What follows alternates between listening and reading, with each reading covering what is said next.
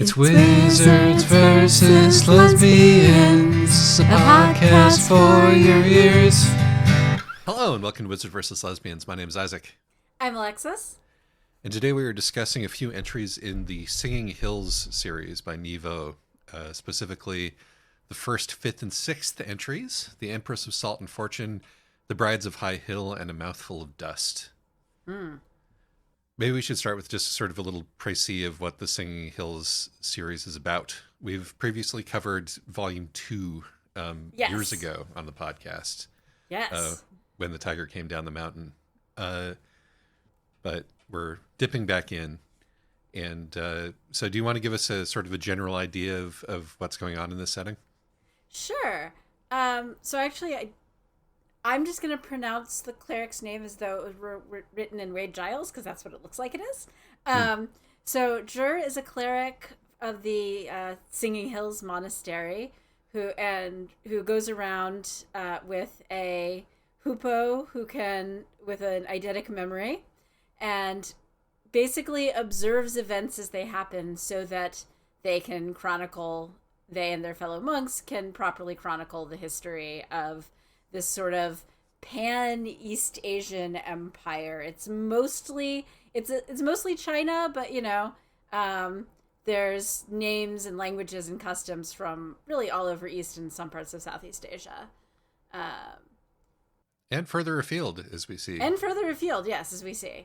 But yes, it's a big sort of wiggly ball of, as you say, mostly fantasy East Asia, with some fantasy Southeast Asia and some fantasy wherever else is the author feels that they want to throw in here, which is great.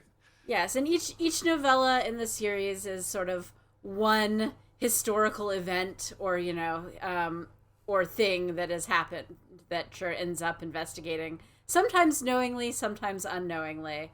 And so each one is sort of ends up being about something, partly about history and custom and legend and the other things that make history. These are all novellas that clock in around 70-80 pages a piece. The feeling that it gives me is very much like detective story, like a serial series of procedurals. Well, being a historian is a little bit like being a detective. So. It sure is. Being a weeb, it reminds me of things like Kino no Tabi. Yeah, that's sort of wandering into a set piece and getting this little like capsule of the human experience and then wandering away. Yeah, and which was also based on a series of light novels. I think that this would stand up very well. This would work great as an anime, honestly. As one of the sort of meditative, Kino no Tabi-esque anime. Yeah, or a miniseries of some kind. Yes, and like Kino no Tabi, it has that sense, the author does a very good job of creating the sense of an interconnected world. It doesn't feel like everything is getting over-explained, but occasionally something that shows up in one will show up in another.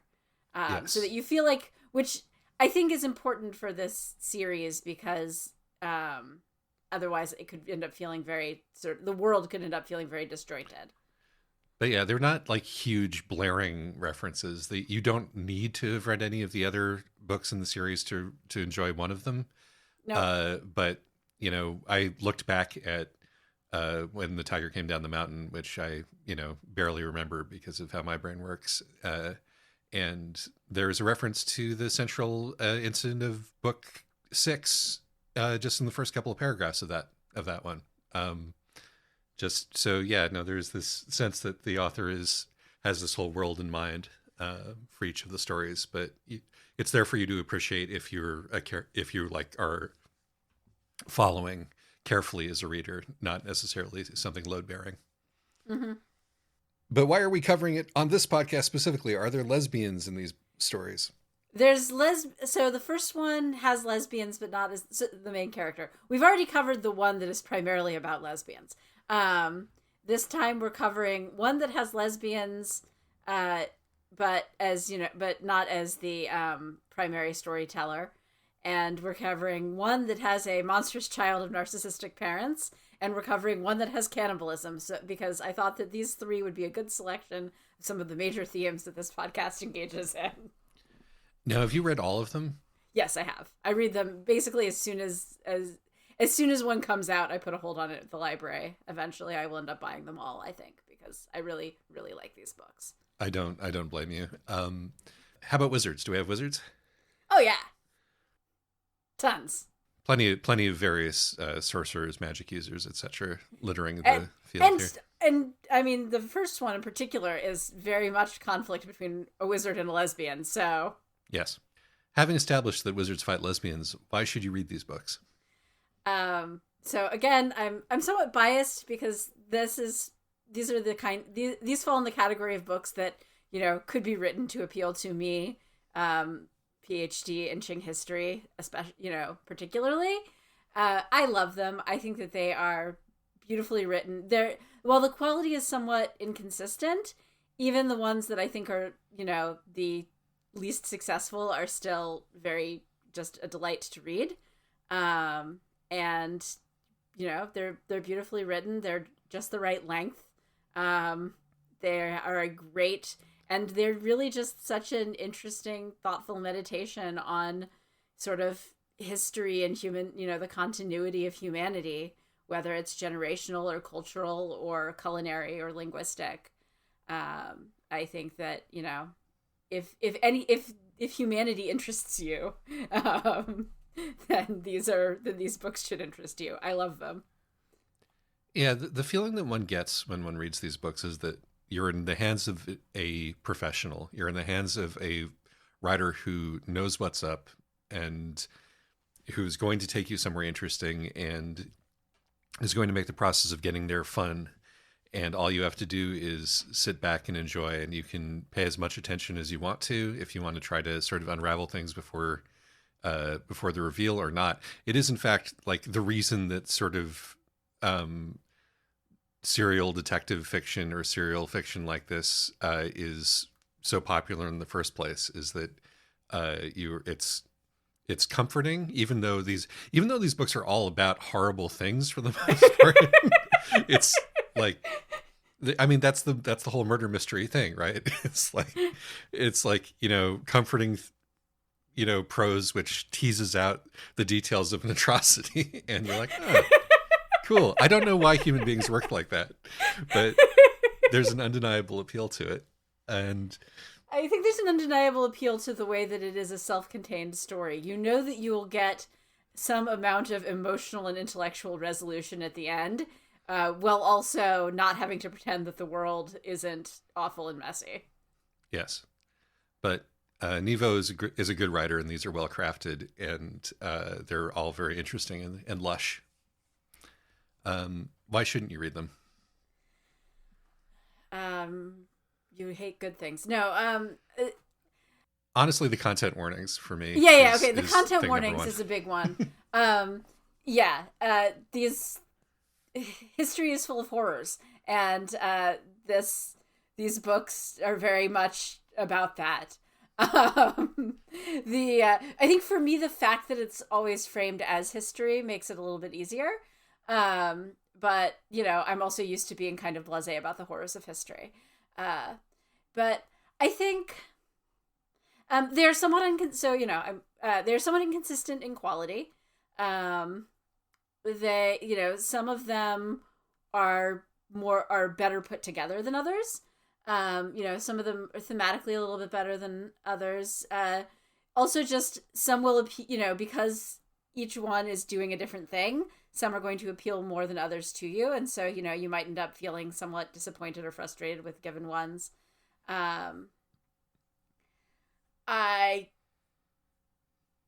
guess also, like, if you really want your Asian fantasy to be very, like, cleanly, I can tell exactly which cultures these are. I mean, that's deeply ahistorical, but you know, if seeing somebody's name in Wade Giles next to some names in Pinyin, next to some names that I'm pretty sure are Vietnamese, you're going to find that distressing and confusing, then I guess you will find these books distressing and confusing.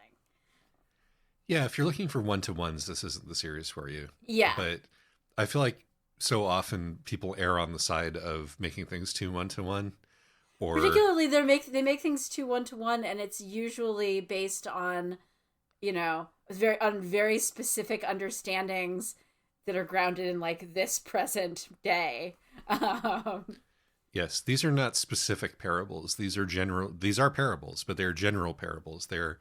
We're examining the concept of like a famine, or like a generational trauma and injustice, or whatever. And Mm-hmm. so the we're meant to, the focus of the reader is meant to be on the specific narrative, and not on what historical peoples does this actually represent. Right. Because I'm pretty sure that that an Inuit empire never invaded China. Right. We've touched on some of the content warnings already. There is clearly cannibalism. We mentioned cannibalism.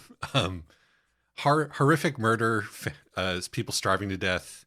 There's drugging, gaslighting, war crimes, there's some coercive serious sex, gaslighting, marital rape, non-consensual surgery. Mm-hmm.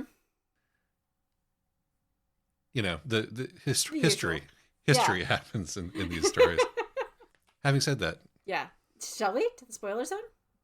yeah, let's do that. Do you enjoy the steerswomen books? Well, these aren't them, but they may impart a bit of the same flavor.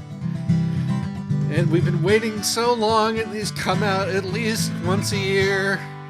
So enjoy them while they're here. On to the discussion.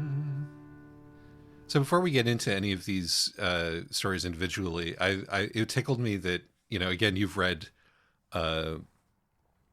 more of these than I have, so you can tell me whether the pattern that I'm seeing based on partial knowledge bears out at all. Mm-hmm. But it's funny to me how chronologically the things that this series covers sort of has mirrored the order in which we have discovered and covered them in the podcast. Like,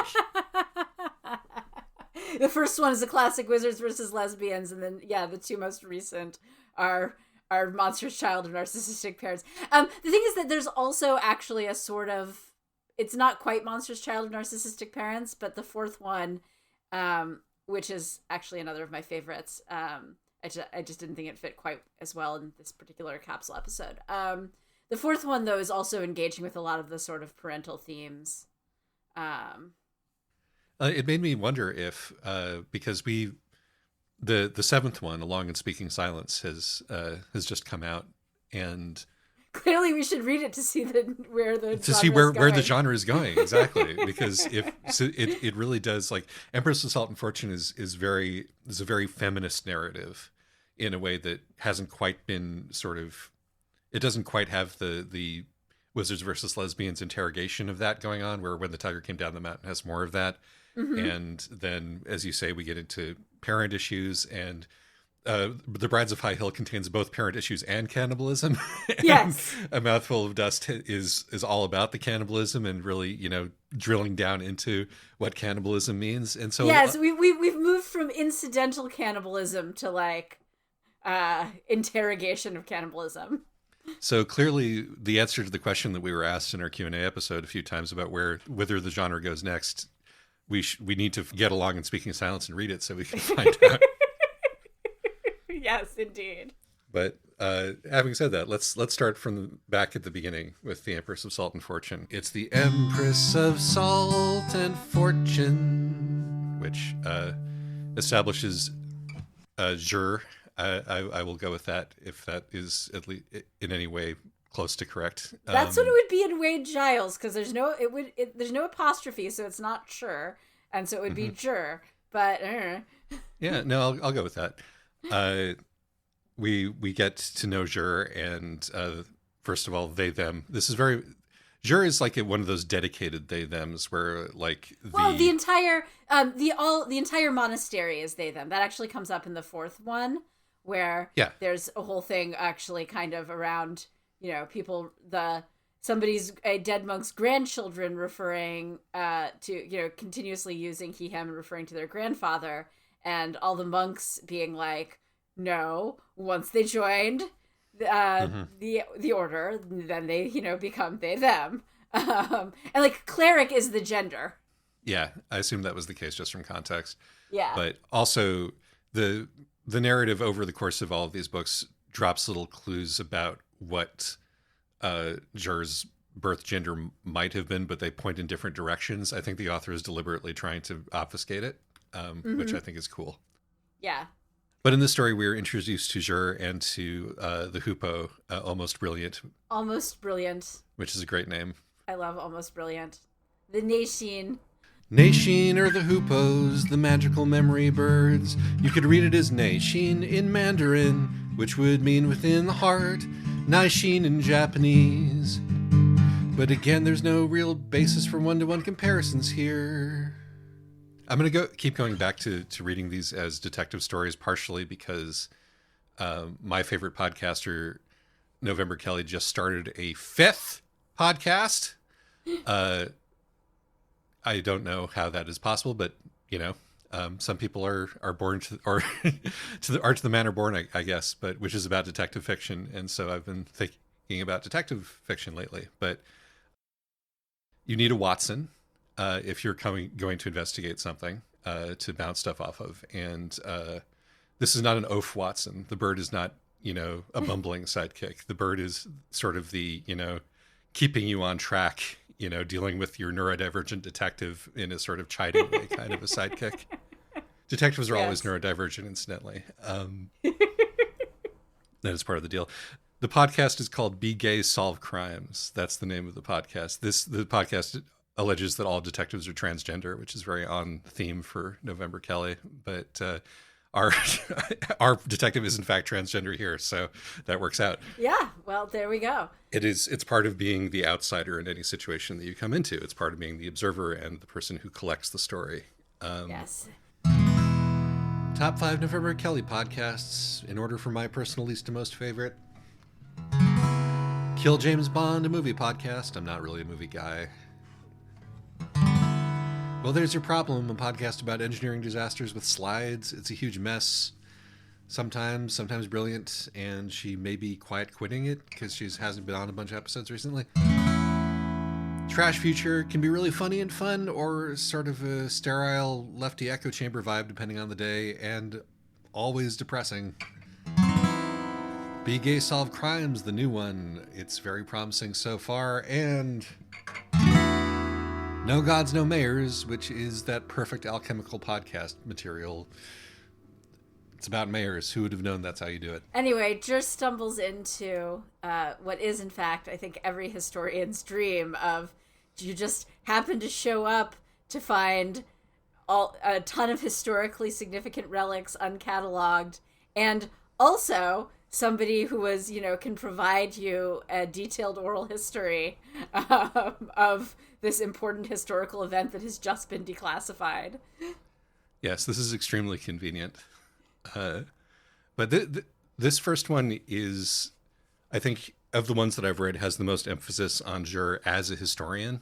And not just an oral historian, but it delves deeper into what Jur's normal process is as a history monk. The cataloging of relics and the sort of the detailed descriptions put down through a pre-existing framework, which is kind of, set aside later in terms of like in favor of just collecting oral histories, which well, I think that part of the thing is that this is the one time where we actually see Jur doing their primary job, one of their primary jobs, which is to sort of go to to a specific place and do the cataloging. A lot of, the other part of their job is to just wander around collecting oral history. Mm-hmm. For example, in The Tiger Came Down the Mountain, they're not expecting to get a comparative retelling of the same story from the human and tiger perspective. It's just they're stuck. Yeah, this is why the later ones feel more like standard detective stories to me, because Jur just sort of always ends up there by accident. Yeah. They were sent to Baolin to cover the famine on purpose. That's true. But a lot of times they just find themselves like, happening to stay at the hotel where the mystery unfolds, or what have you. Just, conveniently or inconveniently running into. No. Yes.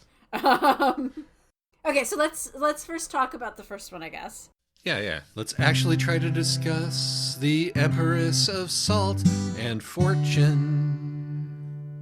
Zhur hits the jackpot and runs into, not really by coincidence, the primary lady's maid of the Empress of Salt and Fortune, who has recently died, who was one of the emperor's accessory wives from the Northern Kingdom, where they ride mammoths and are sort of like small people with glossy black hair. They're sort of Arctic tribes people in a way that like they're playing the role of maybe the Manchu would if this were China, but not really. Again, it's not really one-to-one. Right. They're not actually particularly like the Mongols or the Manchu or the Jurchens, or the thing is that they're playing the role of every single Northern Conquest dynasty. Right, exactly. But to make it fun, we're taking a people who more closely resemble peoples from the other side of the world to do it. But again, not one-to-one because this is Magic World. And the story that unfolds is the story of how this Empress, through soft power, plots, scheming, deception, and careful manipulation of events, including by pretending to be smitten with fortune telling, but not actually pretending to be turning a general, what seems to be a genuine cultural interest and like affinity for fortune telling into a method of spycraft, and using astrological charts and fortunes to send coded messages to her people and back. And the way that this is discovered, but too late to stop the kingdom from falling and for her to be crowned its new empress. And a lot of this is basically just she is treated in the way that even the most privileged women in this society are treated by the emperor, and is motivated by, becomes the sort of the revenge monster. Angry women raising daughters who are fierce enough to fight wolves is the sort of the tagline that we were given for it. Yes. Well, and also, I think there's the crucial line earlier about that, the rebellion was won by all of the murdered and silenced women. Yes. The thing that convinces one of the wizards to not step in and support the outgoing dynasty is that his daughter was an accessory wife who disappeared. Yeah, wives who or husbands who take multiple wives and then disappear them is a theme that comes up again in the Brides of High Hill. It seems to be sort of one of the preoccupations of the narrative, although the Brides of High Hill fittingly takes that idea and plays with it a little bit, and also plays with the idea of revenge and being a monster in the pursuit of revenge a little bit more emphatically than the first one does. I think that... Yeah, actually, come to think of it, because I really like the Brides of High Hill, which is not surprising because I love, foxes and fox-related mythology. But it definitely feels to me like one of the messier ones. But if you read it as a sort of commentary or, engagement with the first book, I think it becomes a lot more interesting beyond just the fox idea. Because you're right, it's engaging with the idea of missing and silent women, and also of, fierce daughters. And also with, becoming a revenge monster. These are all themes that came up in the first book, and are treated with a sort of very kind of standard feminist tone. And then... Yeah. I mean, and that's not in a bad way. It's a really good story. It's just it feels... and as a book, sort of, as a constructed book, I think it's I think the first, second, and fourth are the strongest. But it feels a little less ambitious and than and perhaps just a slightly more conventional, I think, than some of the later ones. And I really like the idea that the Brides of High Hill is sort of returning to some of these themes, both on a more individual sort of personal family scale as opposed to an imperial scale, but also in a much messier way. Yeah, no, I definitely felt that connection. I mean, it helped that it was the first time I'd read both of them, and I read them immediately back to back. So, well, this is part of why we're doing this way. Exactly. But yeah, the focus of the first one is less on teasing out the implications of this, although it doesn't shy away from the darkness of it at all. Like, no, I mean, among other things, our narrator Rabbit gets her boyfriend returned to her in a bucket. Yes, but also like it doesn't shy away from the what are the consequences of this wrath, because you definitely get a feeling when she says that the incoming Empress, the Empress of Salt and Fortune's daughter, is fierce enough to fight wolves, that definitely brings is this going to be a tyrant, question. Right. You like Rabbit is not going to tell you that this new Empress is going to be a hero necessarily. Because Rabbit is too old and experienced to think that kind of a thing. Yes, I mean, but when I note that Rabbit's lover Sukai gets returned to her in a bucket, this is very specifically that Inyo, the Empress of Salt and Fortune, is flat out admits, yes, I could have saved him, but that would have required other sacrifices that I wasn't willing to make. Sorry, I got your lover murdered. Yeah, no, it's brutal. The whole series is brutal in a very sort of matter-of-fact way. And we the reader are shielded from that somewhat by Jur's historian's detachment. Yes. Jur is a point of view character, like even when they themselves are in peril, filters out the immediacy of the pain by using this lens as a recorder of annals and a collector of stories. And the monstrousness of that itself is brought up in the fifth book, but we can come back to that, or in A Mouthful of Dust, but we can come back to that later.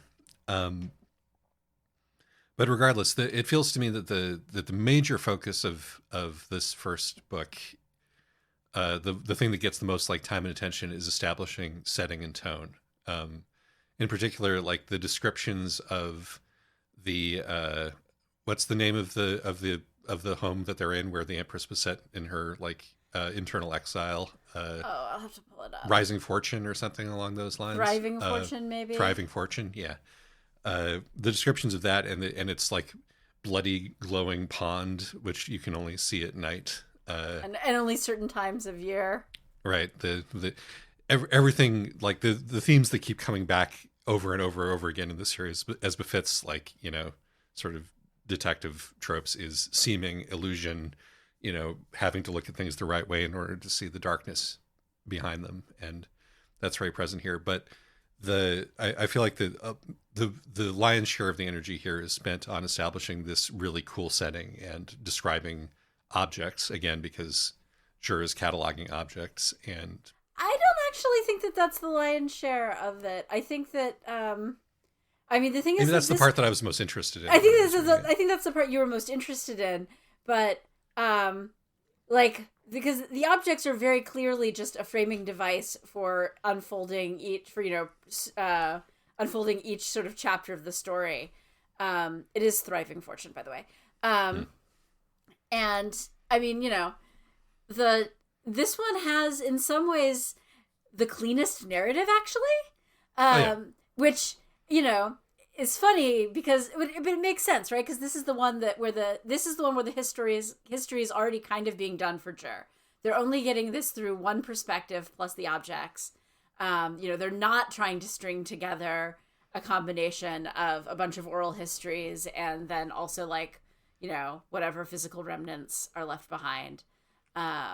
They're getting one person who's at the end of her life and is getting to frame the story of the Empress's reign through her own, personal, or the story of the Empress's rise to power through her own personal experiences as the Empress's handmaiden.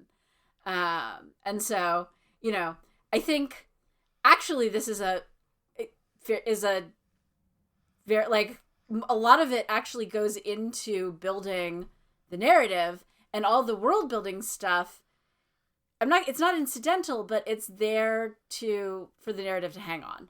But I think because it's doing, because the narrative is cleaner, it ends up that you're much more you end up being much more interested in, all the setting stuff, because the setting stuff isn't as clean. Yeah, I think that's right. I think that I didn't take a lot of notes reading the first one because, I was like, this is beautiful and I'm enjoying myself, but also there's nothing in here that is surprising me, like in terms of what the actual story is about. It is very clean, and it has more of a beginning, a middle, and end, and a resolution than a lot of the other stories that are in the series. Including the sort of not surprising, but narratively appropriate twist that happens right on beat. And right. And I think that it's a conscious problematization of that happens afterward. Yes, absolutely. Particularly, and again, this is me looking at The Brides of High Hill as sort of a commentary on the Empress of Salt and Fortune, because the Brides of High Hill is explicitly about Jur getting caught in a story, yes, and getting caught in specifically the kind of story that is being told in the Empress of Salt and Fortune, and how that. I mean, to some degree, it's Jur getting drafted into the position that Rabbit had. Exactly, and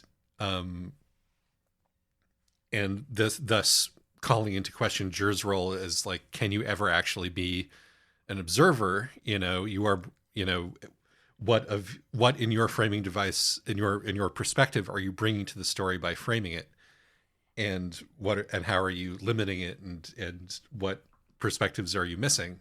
Yes, I mean, also not to mention, because of the whole Fox illusion thing, Jur is being turned against their will into an unreliable narrator. Yes. Which is, I think the most horrifying thing.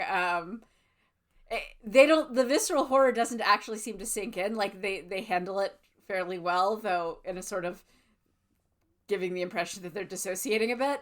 Mm-hmm. But, it really, the very fundament, on every level, their entire deal is being undermined in The Brides of High Hill, which is another reason why I like this one. Yes. Shall we talk about The Brides of High Hill a little bit in that case? Yeah, let's transition to that one. Brides of High Hill. So, because this one is messy. This one, the ending, the resolution isn't nearly as satisfying. You do know what the twist is and when it's coming, but it takes a while to get there, and because Jur is spending the entire time fox-led, they a little bit drunk, a little bit brain damaged, and I would have liked to have read the intervening stories, I think, before I read this one, despite the fact that the parallels became clear when I didn't, because there are some clues that you would pick up if you were more familiar with Jur's character and their usual way of doing things that I didn't pick up here. The absence of Almost Brilliant throughout would have been a more. Well, only sort of, because the thing is that Almost Brilliant is also absent in the second book, and we the stories kind of jump around in time. Almost Brilliant is absent entirely in the second book because because she's laying an egg or sitting on an egg, and then the fourth book she's present, but she's not constantly with Jur because she's got her her hatchling that she's taking care of. So sure. So the idea, and that was the fourth one. So the idea that in the fifth one, Almost Brilliant isn't here, it's actually very easy to go, oh, well, Almost Brilliant isn't here because, she's still with her baby. Maybe I would have also been more primed to see the way that Jur is not necessarily as locked in as usual if I had been spending more time with Jer. Though, I mean, for me, the obvious thing is when they try to draw a picture of the teapot and accidentally draw Almost Brilliant. Also, there are foxes on the cover of the book, so, like, you know that something's going on. Slithering creatures. Very sinuous creatures. Yes. Yes. But to the point. So this is a story in which we have another, like, murderous patriarch, not an emperor, but the sort of certainly the feudal lord of the area, and he's a person who collects wives and kills them because he is a sadist, and his son is aware of this, but has been cursed to not to be able to talk about it by a sorcerer, and also just gets forcibly sedated all the time. Yes, that is the monstrous child of the narcissistic parent here. A very strident one. Yes. I think it's, like, also, Nung to some degree is also a monstrous child of narcissistic parents. She just, like, really leans into the monstrous part. Yeah.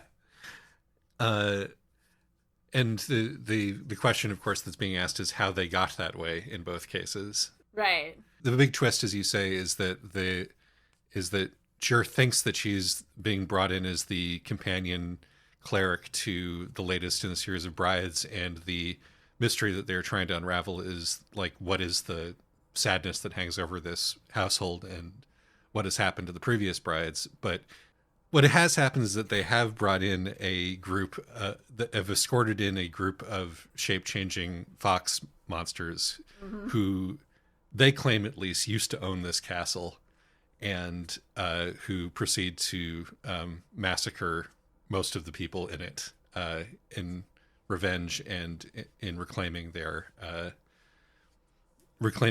household, and do it in a elaborate and cruel fashion. Yes. So this fox initially ensorcelled Jer by saying, "Let me tell you a story," and then telling Jer the story of this bride in peril, basically. And Jer's response to this, when they finally snap out of it, is, stories got us into this mess, and stories will get us out of it. Yes. Well, it is unsurprising that they are going to double down on, their entire deal. Yes, but I mean, it's also, I think, in keeping with what the sort of the general morals of these stories is that,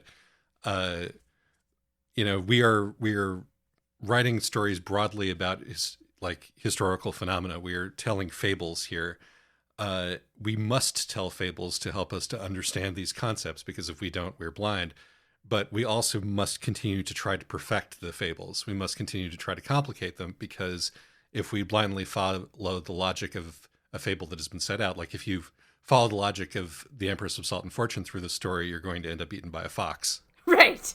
Well, and, because I think part of the point of these novellas is that, human history contains so many horrors that we really can, there are things that there are traumas that we can only really engage with if we approach them first through fable and metaphor and storytelling. Yes.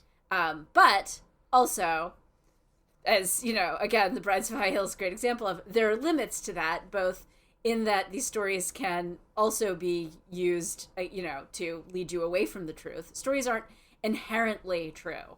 They're not inherently getting at some sort of secret that's been hidden. That's one use of them, but they can also be used just as well for obfuscation.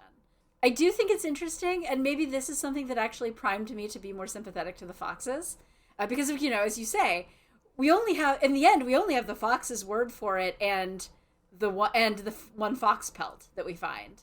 On top, we find a fox pelt along with the skin of one of the previous wives. I do like that the wives are all being sent to Shu, which is clearly just a farm upstate, and everyone just believes this. But anyway, so we only have the fox's word that this did used to be theirs. I mean, we have the fox sculptures we worked into the architecture, And the fact that every single room has an anti-fox like magical herbal ward in it does suggest that at least somebody is aware that foxes are a threat here. Yes, I do believe them, I think, for the purposes of this Yeah, story. like there's indications, but I do realize that I'm somewhat primed to believe it because not that I know anything about Vietnamese, but the spelling of the foxes' names looks Vietnamese to me.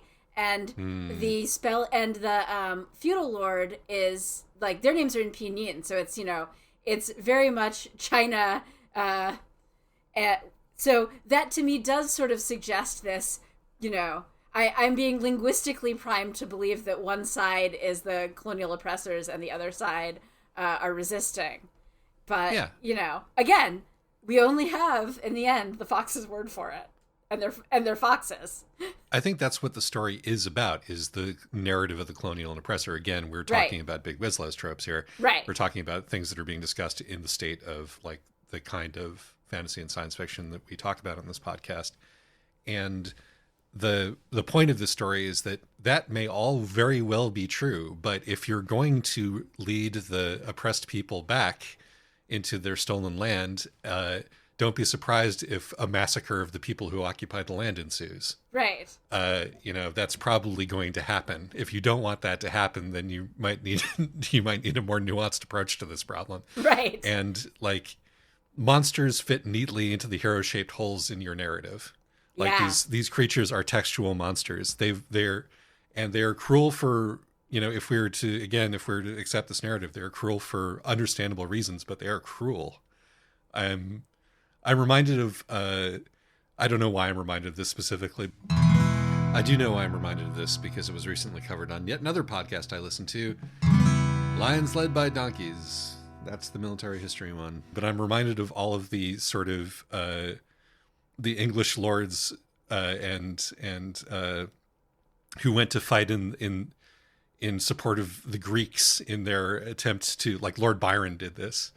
When they were trying to win independence from the Ottoman Empire, and were then like immediately, I mean, those who survived, because most of them died, but those who survived were immediately like, oh, this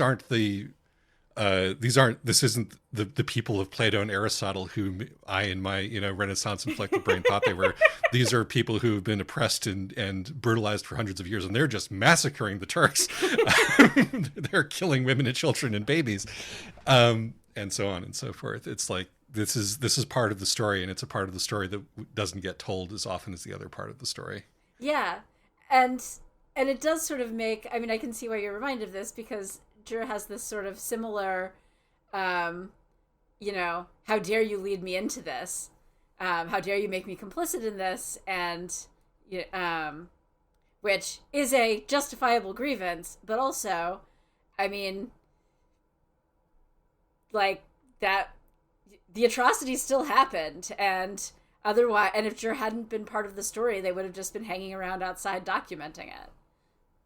Yeah, and like speaking of the atrocities that happened, it's like the wife murdering was still taking place inside this. Also, the wife murdering inside the walls of the city. Like, also, I do like. There's nothing redeeming about the Lord. I mean, he's awful on an interpersonal level. And he's also a serial killer. And also he's, the sort of product of and latest beneficiary of this, buried atrocity. And so, like, there is something kind of cathartic about watching horrible things happen to him. It's just, you can understand why the foxes are doing this. It's just, they're also taking everyone else down with them. And also, and they're definitely, and they're being so cruel about it. Which. And like you can also understand why Zhou Hao, the son who has been, drugged and brutalized and silenced for trying to tell the truth about his father for his entire life, he's probably staying with them. He's probably getting with the daughter. No, he's leaving. No, I mean, he leaves at the end. He leaves at the end, but there's a wonderfully revealing moment where Jur is like, okay, did you get everyone to safety? And he sort of shrugs and goes, I got everyone I could find who I cared about. to safety. Right. No, like he he understands. He understands them. I guess he understands that's the better way to Nghi, put it. despite the fact that they are perfectly willing to, that they have murdered people, including probably some people he cared about, because he could only find some of them. Right. Even though they've murdered some people who he cared about, as well as plenty of people who he was happy to see dead, and would, pretty happily kill and eat him too, I think. But he definitely understands Nghi and the foxes better than Zhi does. Yes. There's also a theme that arises in the story that comes back in the last story that we read, which is in the banqueting scenes, because the foxes bring in shape-shifted food as well, right? That they feed people, in addition to like obviously eating people because they're fox monsters. Well, but foxes tricking people into eating human flesh has a long and storied history in, among other things, Chinese literature. It's a plot point in Nghi, which is the Ming Dynasty novel about the fall of the Shang Dynasty. Mm-hmm. But point being that it's Sorry. No, don't apologize.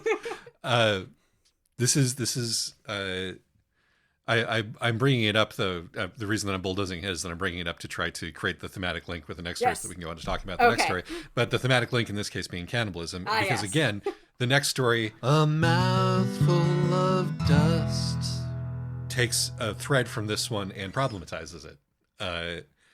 In that about the horror of cannibalism.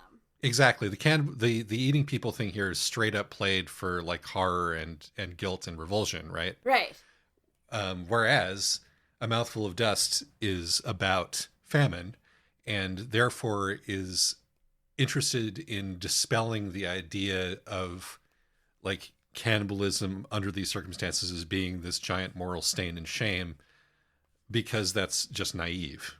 Because that discounts the way that famine actually works in the historical record, and discounts the way that in which like communities respond to having been traumatized, which is part of the part of the point of both of these stories.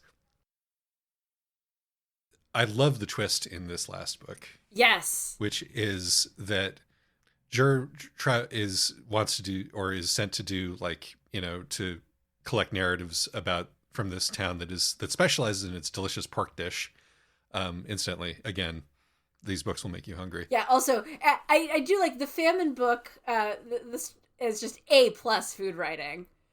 I could absolutely taste the pork and the mouthfeel of the buckwheat noodles. I'll bet they have a little bit of sweet potato starch in them. I'll bet that's where the springiness comes from.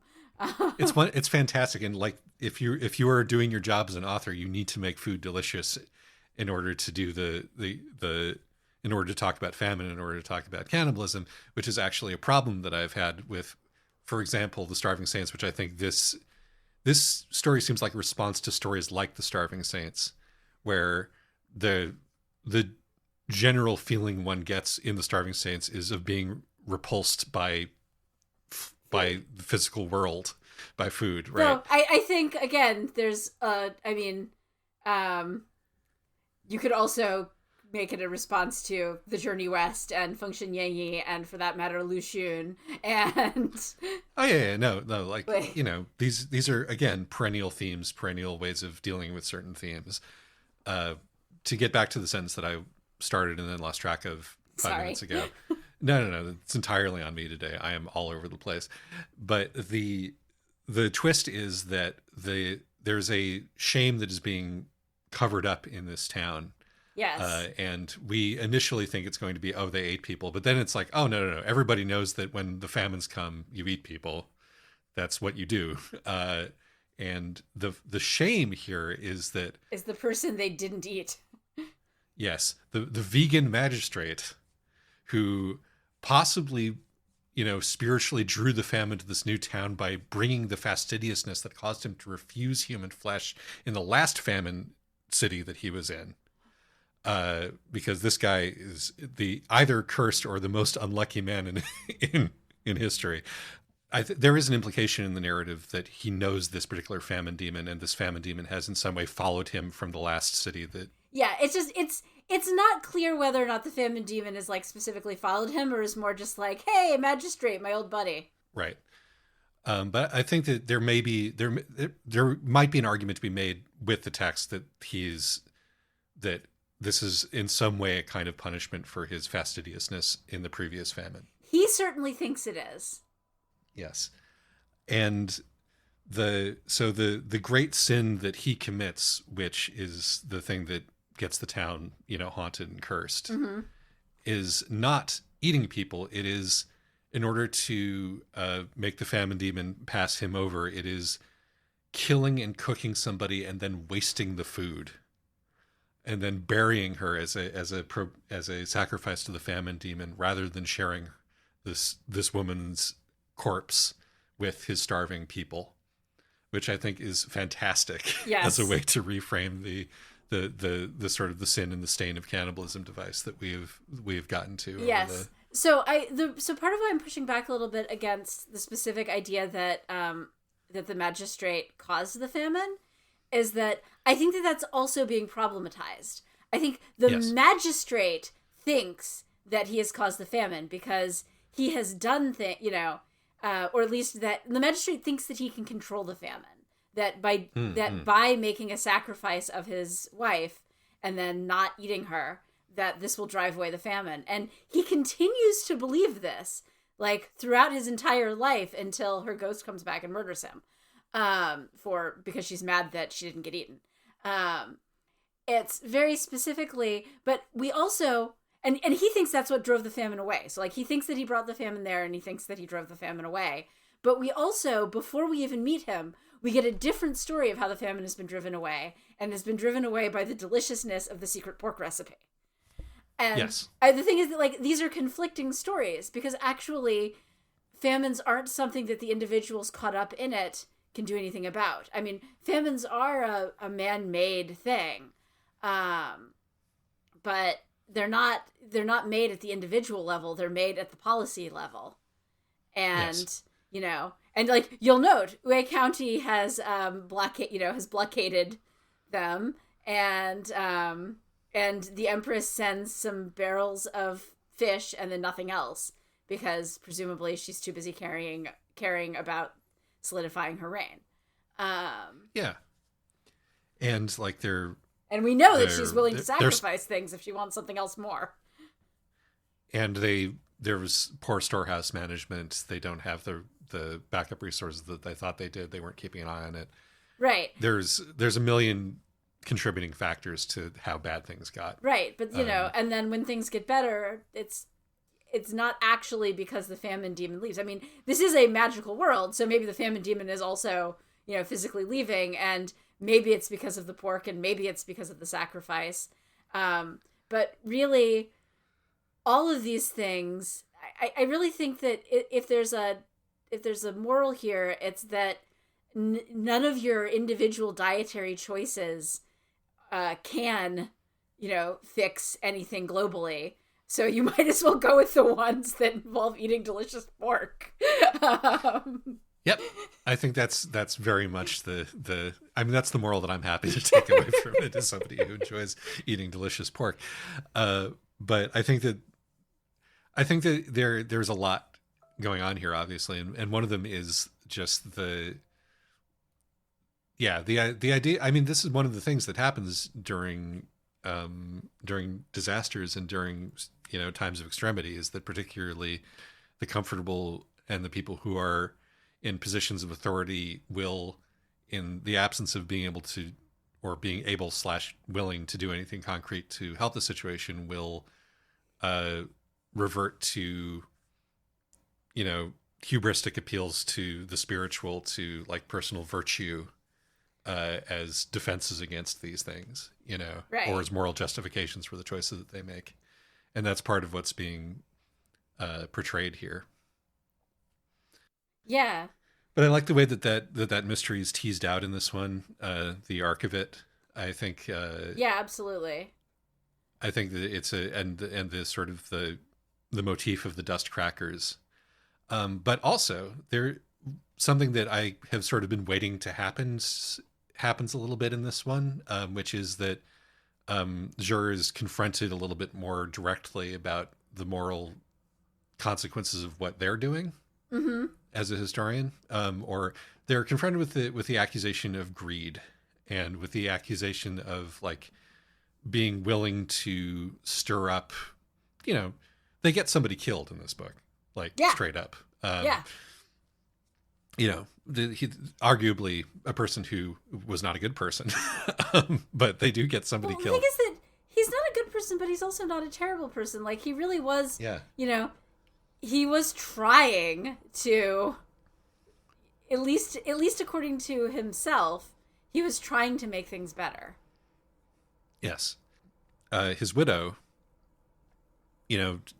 says to Jur afterward, when Jur is like, "Oh, but but please tell me how exactly he died, please." Right. On the way out, which is just so incredibly ballsy.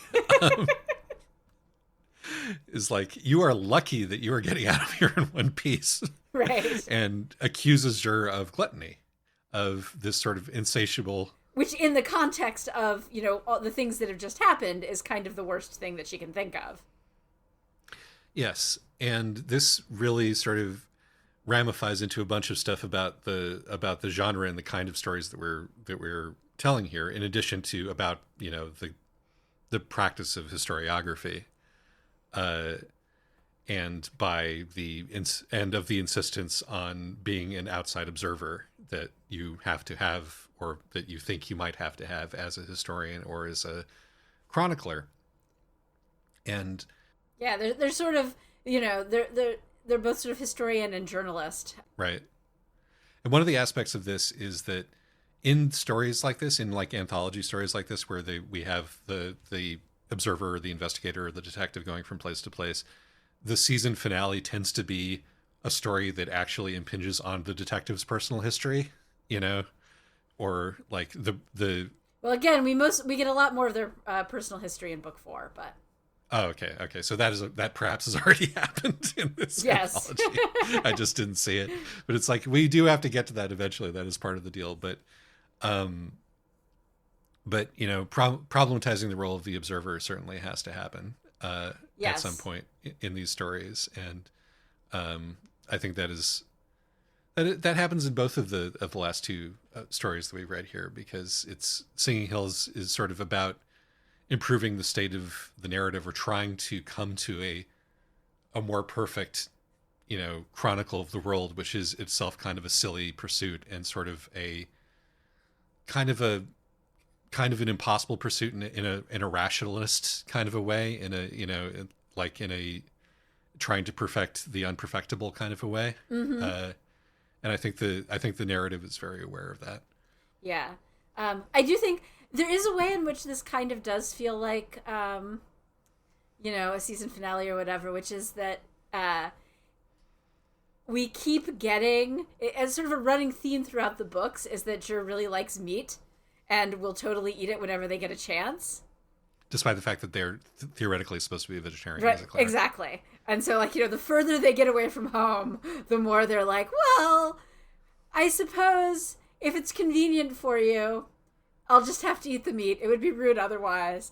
I think even in the second book, the Mammoth Riders are trying to find a vegetarian option. Jur's like, no, stop. No, there's nobody here who can report me. But, and so then, bringing them to a place where that's where, they're confronted with both with dietary restrictions, which is something that, they're sort of forcing themselves to pay lip service to. And then, then they meet the magistrate, who doesn't have to be vegetarian and is forcing it on his entire household. It's just, very nice contrast there.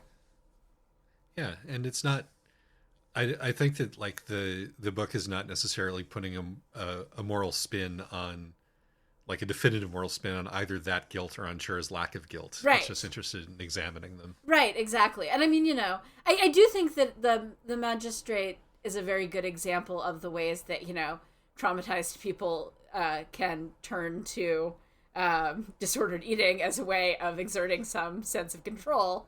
But yes, I did really like the moment where where the magistrate's wife tells the story of eating her the accessory wife's daughter, and Jur's main thought is, well, if this is what she's willing to tell me, if this is what she's telling me to distract me, whatever they're covering up for must be insane. Yeah, that is a super detective brain moment on Jur's part. Right. I actually have I have my soul like CinemaSins ding waving my finger at that scene, which is bold for a guy who can't remember the word nitpick to nitpick anything else, which is the remnants of the child who starved to death are fried in cooking oil. And I'm like, you don't have cooking oil at this point. You've drank your cooking oil at this point. Are you kidding me? Come on. There's calories in that. But that was the one like sort of objection that I had in all of these stories. But it's there. Yeah, at this point, even the rich are pretty much out of cooking oil. But mine is just that usually magistrates are not a hereditary group. They're usually, so it's weird that he inherited the magistracy from his father. But again, this is not actual China, right? So and similarly, we know that she's not telling the true story, so the cooking oil could just be embroidery on her part. Absolutely. Right? Because she really plays up the sensory experience of eating the girl. Mm-hmm. And we're obviously we're in a nest of unreliable narration, right? At that point Though, story, and actually, another thing I really liked about this is the way in which every time cannibalism, like you know that whatever the twist is, if it is about cannibalism, it's not going to be, oh no, we ate people, because every single time it comes up before that moment, Jur's reaction is always, sure, go ahead and tell me. I would like to hear your perspective on it, inwardly being kind of bored because, like, they've heard a gajillion stories about what human flesh tastes like. It's all over the historical record. Actually, you're not adding anything new here. Yes. I like that, I guess that one of the parts about about this last book that I liked was, again, the window into Jur's like sort of day-to-day job, in this case as a collector of oral histories, bringing in like just, I'm going to interview the prison guard. And that's not to like get the prison guard on side, or at least not solely to get the prison guard on side. It is because this is actually part of what I do. And, I'm in one level demonstrating that what I do is innocent, or at least not necessarily trying to uncover this specific secret shame, but also in that, like, it is part of my job to hear about, your grandma and the way that the sun god trampled through her garden the one time, a story that I've heard 19 bazillion times before, but I'm collecting it again because that is part of the job of an oral historian. Yep. And Jur's job seems to be the verb that I tend to use for this is turkling, after Studs Turkle. Ah, yes. Is collecting the stories of ordinary people and committing them, and has an infinite tape recorder in Almost Brilliant.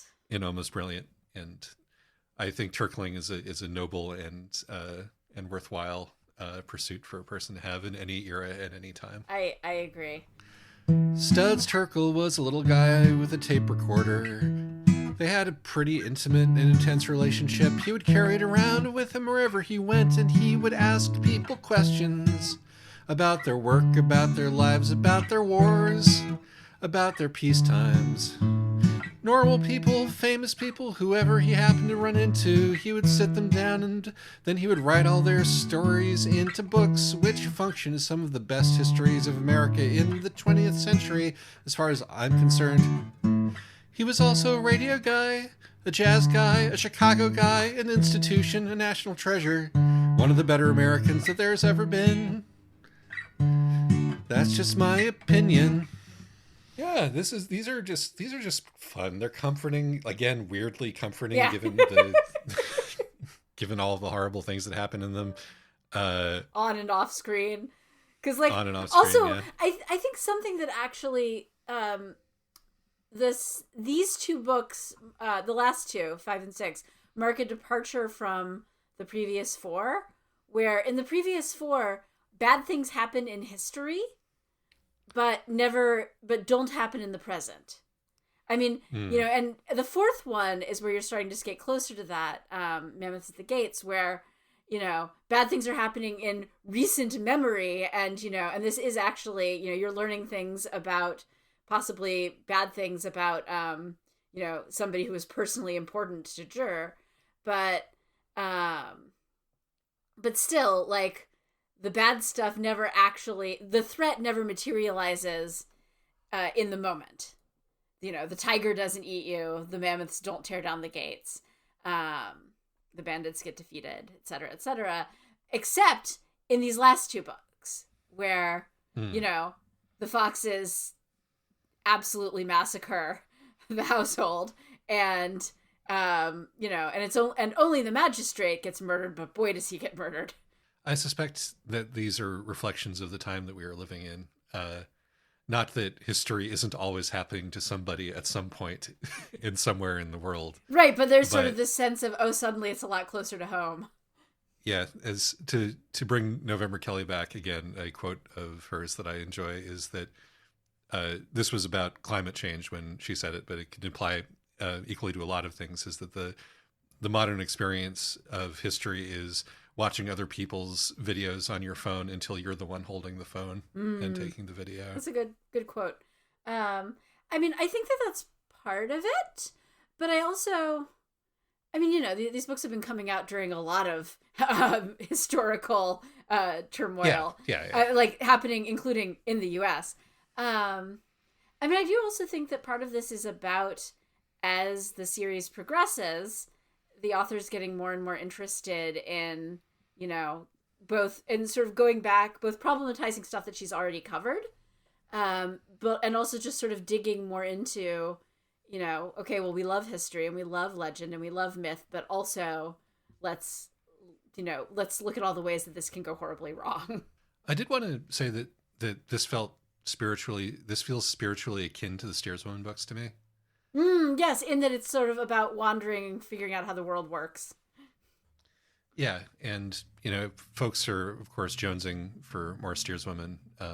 This might be a good place to go. I might add that in earlier because it's not a particularly useful comment to make here. No, but it is a good why you should read these books. I guess if I were... note that pitching comps is something that I'm extremely bad at, despite it being part of my job. But if I were going to pitch a comp for this one, it might be Steerswoman meets Kino's Travels, which would be completely useless because those are not useful marketing comps at all, which is why I don't work in marketing. Right, exactly. And the original, not the remake. Also that. As I always have to say when I say that. That's right. I keep forgetting that there's a remake because it was so bad. But yes. But anyway, no, I guess why I'm mentioning this is that a lot of times a thing that happens with series usually is that either they just sort of fall into a groove and get kind of repetitive, or they feel the need to completely shake things up. And this isn't doing either. This is sort of digging in deeper and more, and in more complex ways into the original themes. And I think that that's a good artistic choice. And honestly, I wish more series could manage to strike that balance. I don't think it's easy. No, I don't think that that's why I said an extraordinary writer. Right. Well, this is why I said it would be great if more series could manage to strike that balance. I think it is a great thing to aim for. And yeah, I wish, but I also, you're right. It really demonstrates one of the ways in which Nevo is an extraordinary writer. This is a pro Nevo podcast, as our Siren Queen episode also demonstrated. Also an extremely prolific writer, and I cannot keep up with the output, which makes me sad because I like her work enough that I kind of would really be like to, but she releases a lot of stuff. Yes. All right. That being said, great job. We're both kind of tired. Yes. All right. with any luck, the next episode, the next mainline episode, will be about something completely about different. the Child Garden. Yes. A very, very different book. A very different book. It's also kind of about China. It is not short, though. Anyway, thanks, guys. Bye. Bye-bye.